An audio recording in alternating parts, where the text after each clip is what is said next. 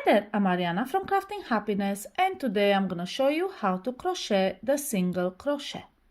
Start with a chain, mine has 11, and we will insert the hook in the second chain from the hook. So from the hook, count downwards and into the second chain, insert your hook, then yarn over and pull up a loop. Now you have 2 loops, yarn over, pull through 2. And this is how you make a single crochet. Now this is a single crochet made into the base chain.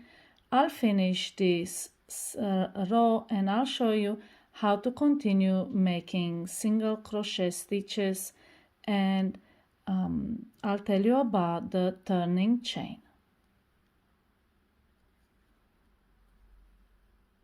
And generally you lose 1 chain when you crochet. So for example, if you need 10 single crochet, make 11 chains, because you will skip the first one and you will lose it.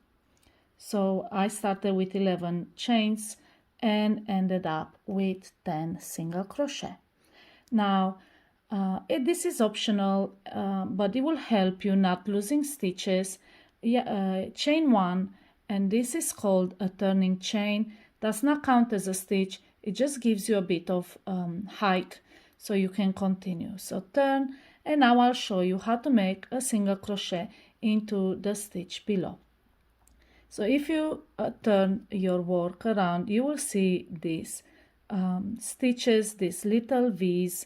What you have to do is insert your hook underneath the 2 loops, and again yarn over, pull up a loop, and then yarn over, pull through 2, and you have made a single crochet.